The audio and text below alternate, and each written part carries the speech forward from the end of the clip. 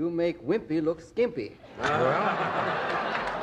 Well, you see, I'm fat and you're ugly, but I can diet. Behind the glitz of red carpets and the glow of fame, Hollywood hides its darkest secrets.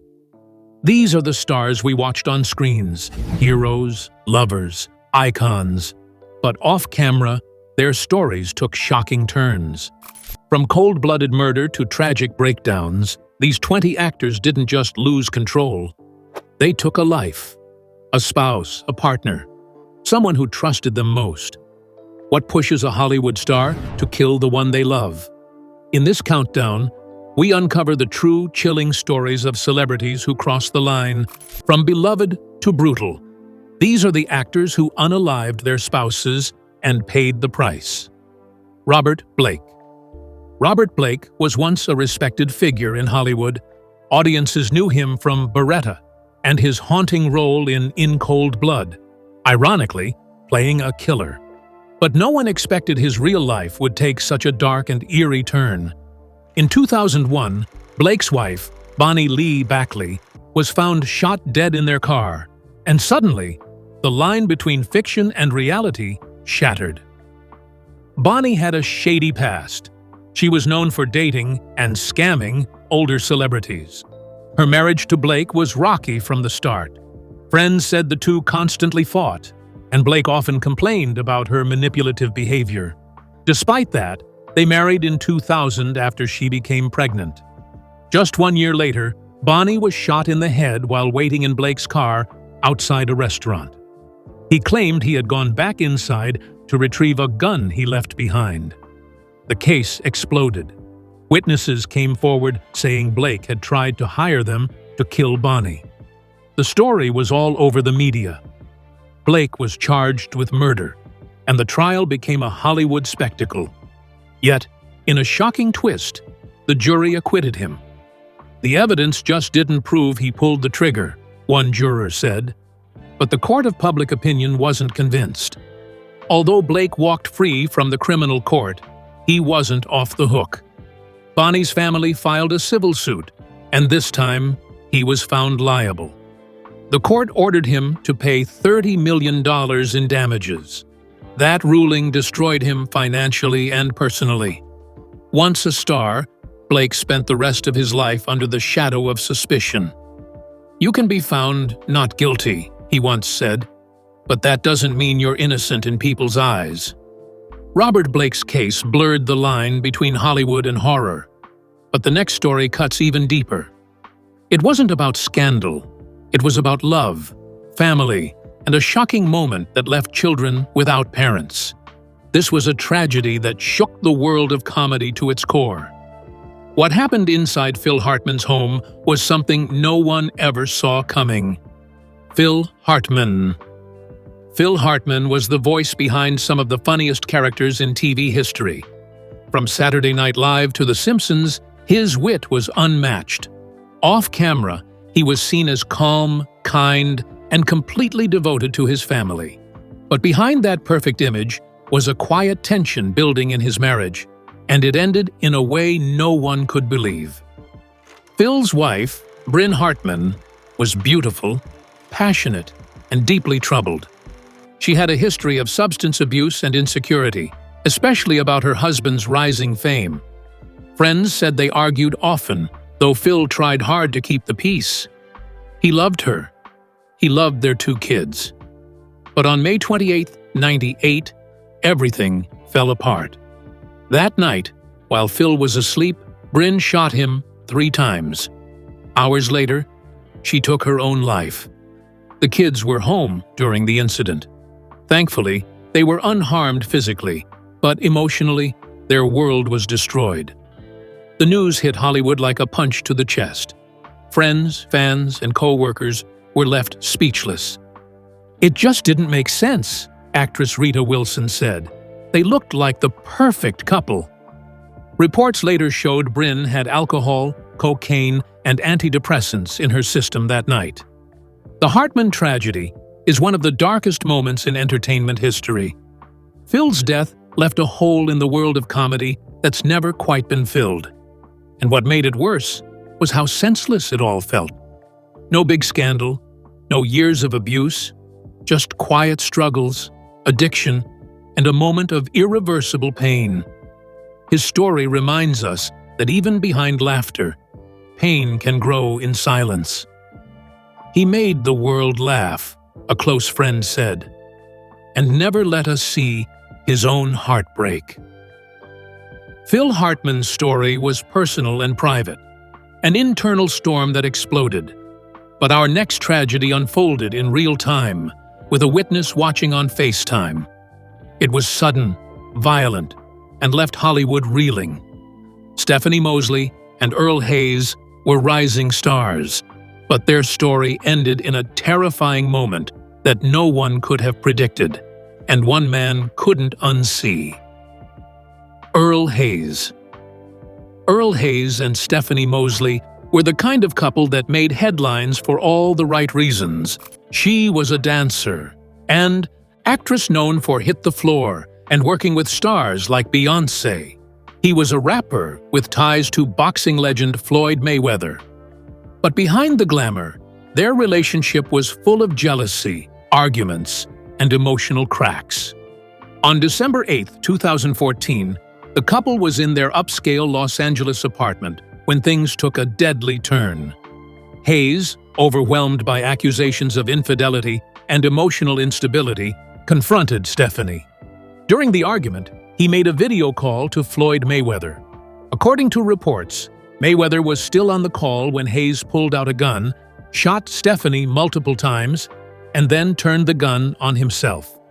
The FaceTime element made the story even more disturbing.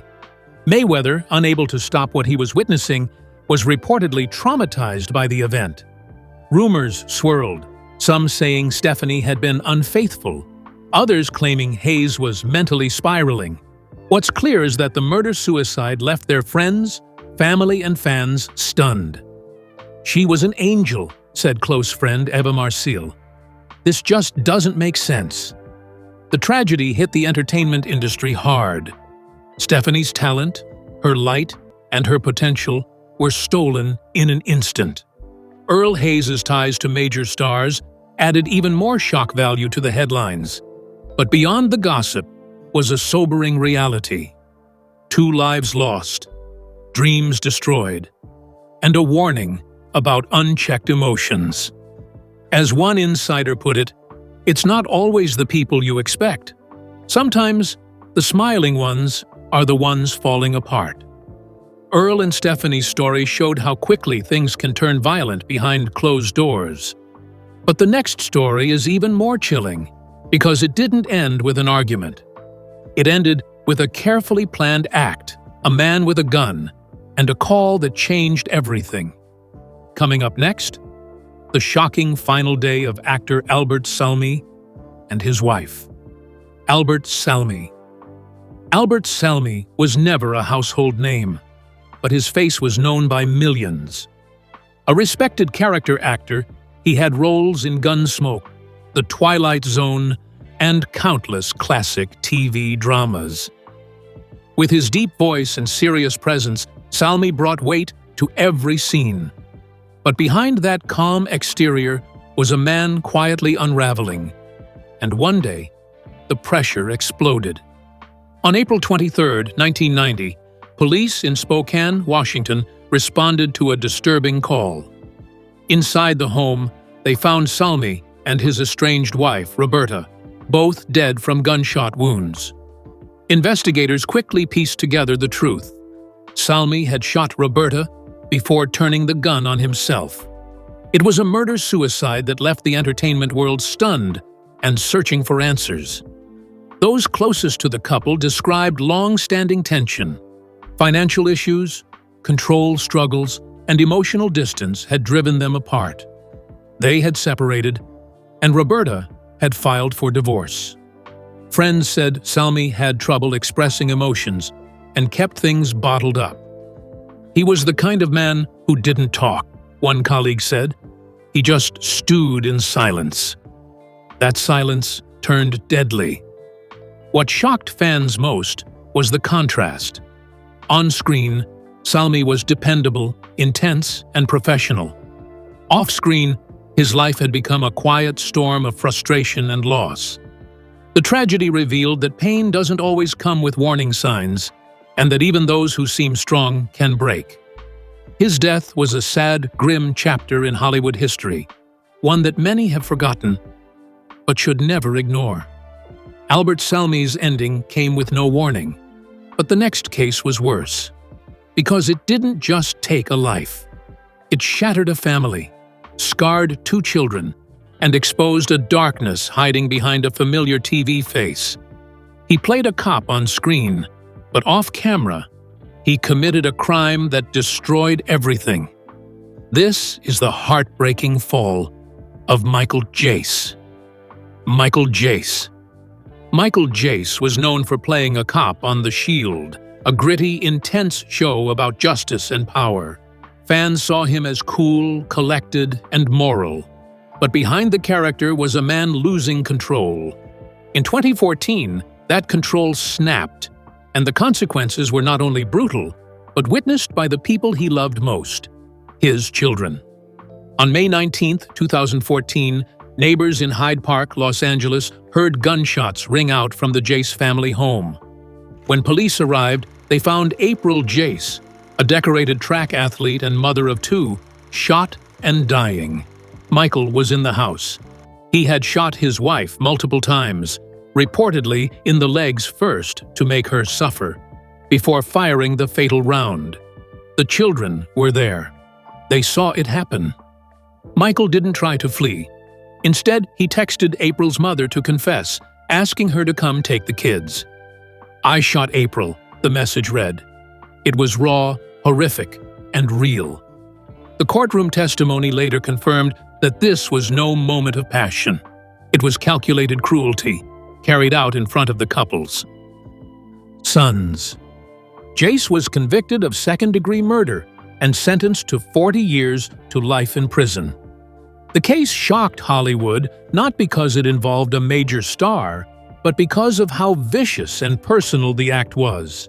April's life, so full of achievement and kindness, was stolen in a moment of hatred. "She was a gift," said one friend. "She didn't deserve this. No one does." Michael Jace's crime was shocking, but the next one turned the entire world's attention to South Africa. A national hero, a global inspiration, Oscar Pistorius was seen as a symbol of strength, but when he pulled the trigger, everything changed. What followed was a trial like no other, and a love story that ended with a locked bathroom door and gunfire. Oscar Pistorius. Oscar Pistorius was more than a sports star. He was a global icon. Known as the Blade Runner, he made history by competing in the Olympics with prosthetic legs, inspiring millions. But in 2013, his life took a horrifying turn. The woman he was dating, Riva Steenkamp, was found dead in his home, shot multiple times through a bathroom door. Riva was a rising model and law graduate with a bright future. She and Oscar had only been dating a few months, but they had become South Africa's golden couple. On Valentine's Day, Oscar claimed he mistook Riva for an intruder. He said fear overtook him, and he fired through the closed door 4 times. But many didn't believe that story. The details didn't add up. Riva was behind a locked door, unarmed. No warning shots, no call for help, just bullets. The case captivated the world. In 2014, Pistorius was convicted of manslaughter, but public outrage over the light sentence pushed prosecutors to appeal. Eventually, he was found guilty of murder. His sentence? Over 13 years in prison. Riva's death sparked a massive conversation about domestic violence, especially in South Africa. Her family fought to keep her memory alive and to push for justice. "She was kind, clever, and so full of life," her mother said. And he took all of that away. Oscar Pistorius, once a symbol of courage, became a symbol of tragedy and a warning about what lies behind fame. Oscar Pistorius fell from grace in front of the entire world. But the next story is from the shadows of old Hollywood, where charm, masculinity and rage collided. This wasn't a crime of fame, it was a crime of fury. A noir actor, a sudden burst of violence, and a moment that ended a life and a career. Coming up, Tom Neal. Tom Neal. Tom Neal was once a star in Hollywood's golden age. Best known for his role in the gritty film Noir Detour, he had the looks, the voice, and the screen presence of a classic leading man. But off-screen, Neal's life was a chaotic storm of violence, jealousy, and barely contained anger. And in 1965, that storm turned deadly. Neal had a troubled history with women. He made headlines in the 1950s for a brutal fistfight over actress Barbara Payton, who was caught between Neal and actor Franchot Tone. That fight left Tone in the hospital, and Neal with a reputation. Though he claimed to have turned a new leaf when he married his third wife, Gail Bennett, old patterns soon returned. On October 2, 1965, Tom and Gail got into a heated argument inside their Palm Springs home. Details of what sparked it remain unclear, but what followed wasn't. In a fit of rage, Neal pulled out a gun and shot Gail in the back of the head. When police arrived, he claimed it was an accident, that the gun went off while he was cleaning it. But the facts told a darker story. Neal was convicted of involuntary manslaughter and sentenced to prison. His career, already on the decline, ended completely. Once celebrated as a rising Hollywood talent, he died just a few years after his release, alone and forgotten. He had a screen face, one director said, but no one knew what was really behind it. That face, once lit by fame, was forever marked by murder. Tom Neal's rage ended a life in a single shot. But the next story is even more tragic, because it happened just weeks into what should have been a joyful beginning. It was a marriage cut short by madness. One of Hollywood's most respected actors and a young bride full of promise, both gone in a single devastating act. This is the story of Gig Young. Gig Young. Gig Young had the kind of career actors dream about. He won an Academy Award, starred alongside Hollywood greats, and even had his own star on the Walk of Fame. But beneath the surface, Young was battling personal demons, addiction, insecurity, and the crushing pressure to maintain his success. Those demons finally took over in 1978, in the worst possible way. On September 27th of that year, Gig Young married his fifth wife, Kim Schmidt. She was decades younger, full of life, and believed she had found a stable, caring partner. But just 3 weeks into their marriage, the dream turned into a nightmare.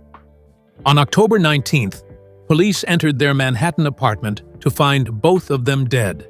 Gig had shot Kim, then turned the gun on himself. There was no suicide note, no warning, and no clear motive. Friends were stunned. The couple had just returned from their honeymoon, and there had been no public signs of trouble. "It made no sense," said one close friend. "It was like someone flipped a switch." The truth, however, was far more complicated than anyone realized. Young had long battled alcoholism and mental health issues. He had sought treatment, including controversial therapy with Dr. Eugene Landy, the same psychologist later accused of exploiting musician Brian Wilson. Despite the help, it appears Gig never truly recovered. He was brilliant on screen, one director said, but haunted off it. In the end, his charm couldn't save him, or Kim, from the storm inside his mind. Gig Young's story was a reminder that fame doesn't heal pain. It just hides it. But our next case was darker still. A quiet confession, a bloody home, and a man who once sang love songs now tied to a crime scene. It was a pop star turned killer, and the woman he once loved paid the ultimate price. Enter Russell Neal. Russell Neal had once stood in front of screaming fans, performing hit songs as part of the R&B group High Five.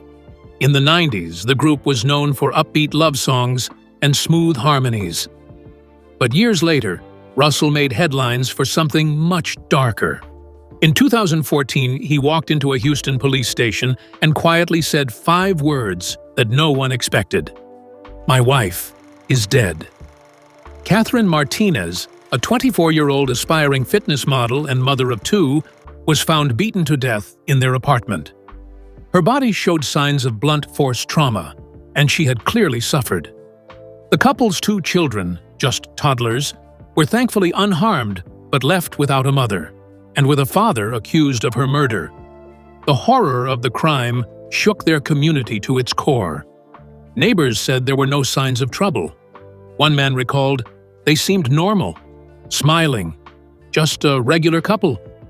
But behind closed doors, things were unraveling. Neil had struggled with money, failed music ventures, and a growing sense of instability. In the weeks leading up to the murder, Catherine reportedly feared for her safety. Tragically, she never had the chance to escape. After his arrest, Neil was declared mentally unfit to stand trial and was sent to a mental health facility. The legal process stalled, but the damage was already done. Catherine's life was over. Her sons were left with trauma they'd carry forever. "She had so much life ahead," a friend said. "She didn't deserve that ending." And Russell Neil's name, once known for love songs, became a symbol of heartbreak. Russell Neil's quiet confession was chilling. But the next story is pure devastation.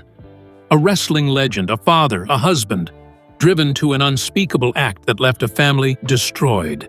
It wasn't just a murder, it was a massacre, and it shook an entire industry to its core. Coming up, the shocking, tragic fall of Chris Benoit. Chris Benoit. Chris Benoit was a hero to wrestling fans. Known for his intensity, work ethic, and technical skill, he was respected in the ring like few others.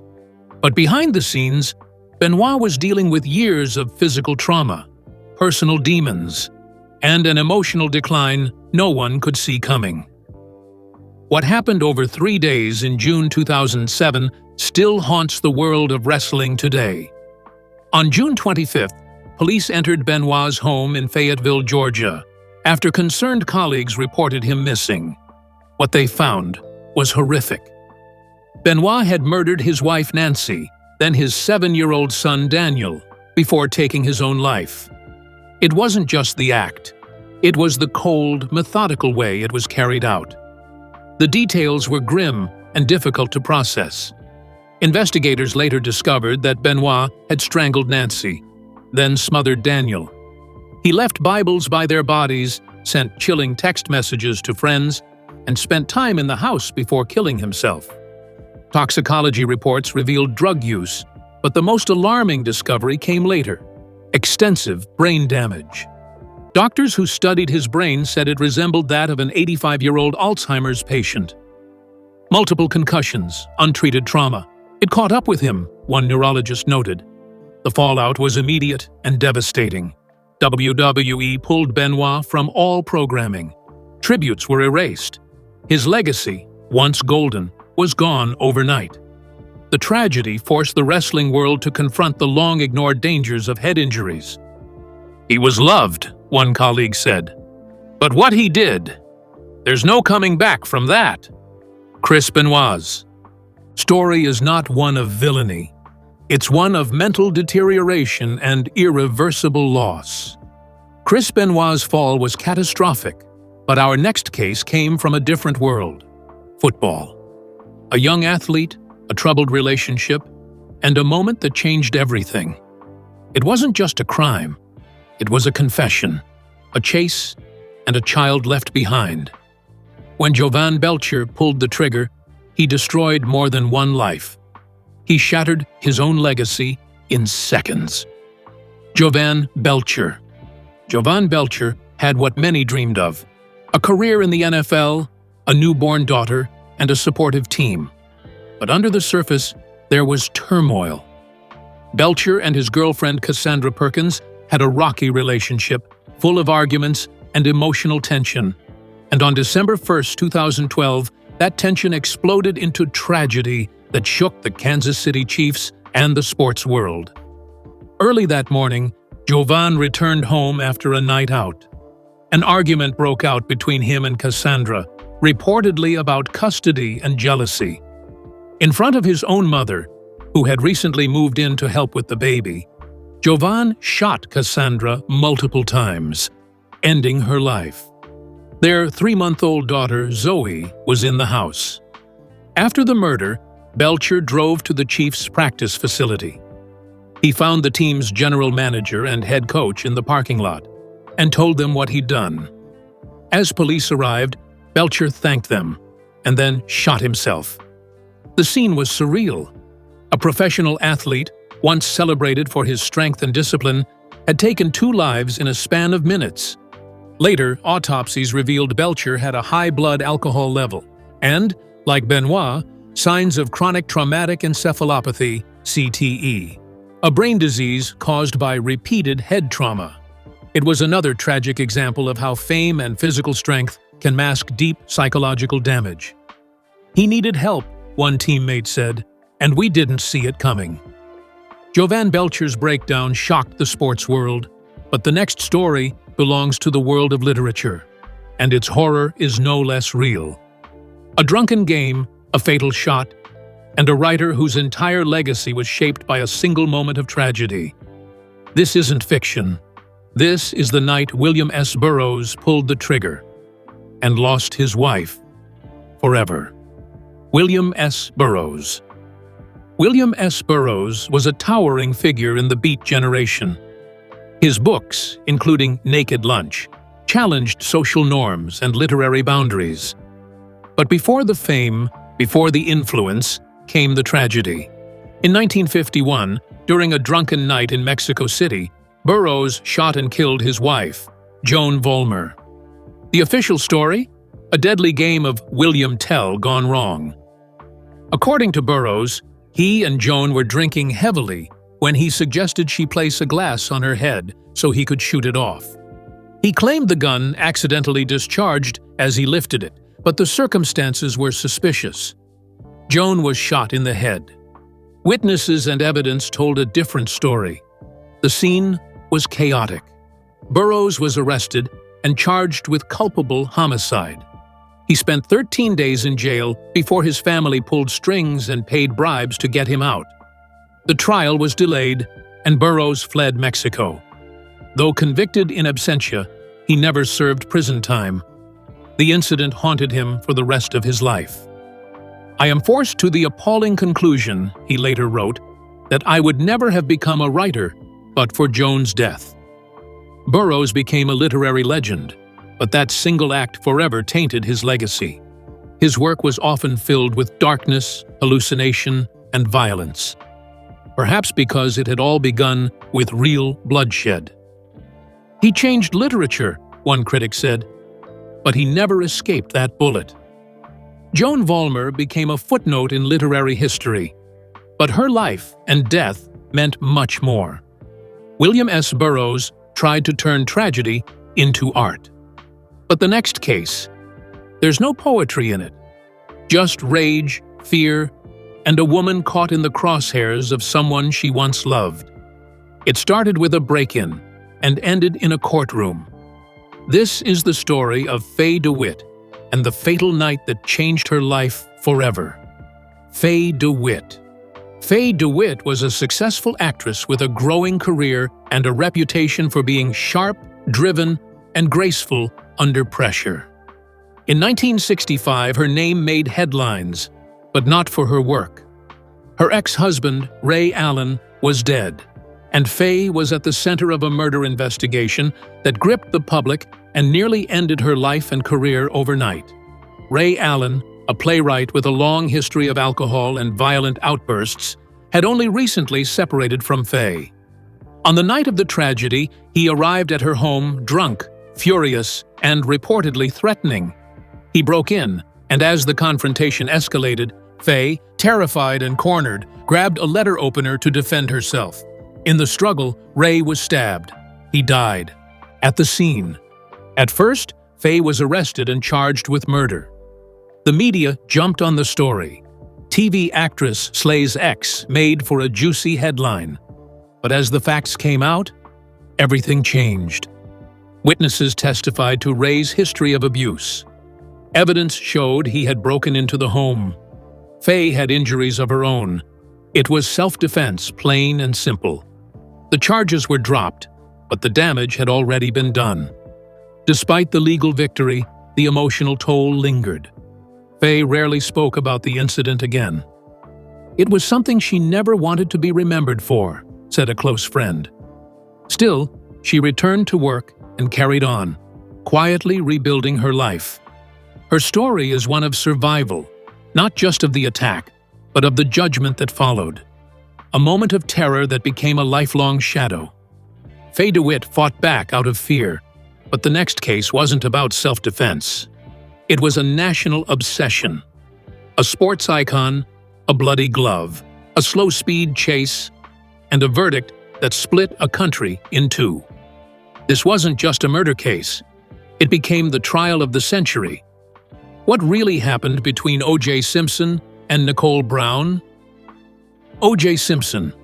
O.J. Simpson was one of America's most famous athletes, an NFL superstar turned actor, adored by fans and respected by sponsors. But on June 12, 1994, everything changed. His ex-wife, Nicole Brown Simpson, and her friend Ronald Goldman were found brutally murdered outside her home. Within days, O.J. went from icon to suspect, and the country watched as it all unfolded live. The evidence mounted quickly: blood at the scene, a glove at O.J.'s home, cuts on his hands, and a now infamous Ford Bronco chase that brought the world to a standstill. He was arrested and charged with double murder. But the real spectacle began when his trial opened in 1995.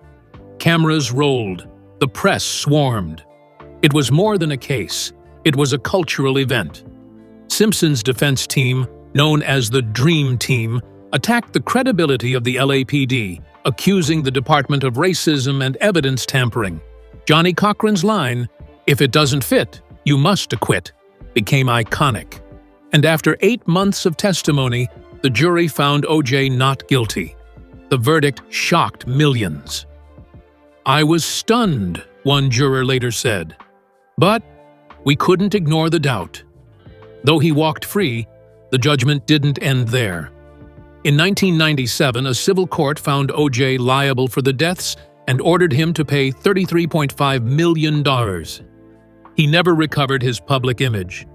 Nicole's murder became a symbol, not just of domestic violence, but of how fame, race, and justice collide in America. "She wanted to live a normal life," said a friend. But there was nothing normal about being with O.J. O.J.'s story became a cultural earthquake. But our final entry takes us deep into the chaos of punk rock, where self-destruction, drugs, and toxic love came together in a hotel room tragedy. It was never going to end quietly. Sid Vicious and Nancy Spungen lived fast and died faster. Their love burned bright until it bled out on the bathroom floor. Sid Vicious. Sid Vicious was the face of punk, loud, angry, raw. As the bassist for the Sex Pistols, he embodied rebellion. Nancy Spungen was his other half, equally chaotic, deeply troubled, and fiercely attached to Sid. Together, they were the Bonnie and Clyde of punk. But their love wasn't romantic. It was self-destructive. And on October 12, 1978, it turned deadly. That night, inside New York's Chelsea Hotel, Nancy was found on the bathroom floor, stabbed in the stomach with a knife. Sid was found wandering the hallway, dazed and incoherent. He was arrested and charged with her murder. But his story changed. At one point, he said he did it. Later, he said he didn't remember anything. The truth remained buried beneath a fog of heroin and lies. The case never made it to trial. Just 4 months later, Sid Vicious died of a heroin overdose at a party, while out on bail. Some believed it was intentional. Others said it was just inevitable. "He couldn't live without her," said a friend, "and he wasn't going to try." Their relationship, once glamorized by fans, became a cautionary tale of addiction and mental collapse. Today, Sid and Nancy are remembered as icons of a scene that glorified chaos, but their story is not one of rebellion. It's one of destruction. Behind the music and the makeup were two broken people who never found peace. "They were doomed from the start," said one former bandmate. "It just took the rest of us too long to see it." Fame can't protect you from what's inside. For these 20 actors, the roles they played couldn't hide the rage, fear, or heartbreak brewing behind closed doors. Some claimed it was an accident. Others never explained. But in every case, a life was stolen by someone who once promised love. These aren't just crimes. They're reminders that even the brightest stars cast the darkest shadows. As the credits roll on these real-life tragedies, we're left asking, was it the fame, the pressure, or something far more terrifying? Because in Hollywood, sometimes the most dangerous part of the story is the one that's real.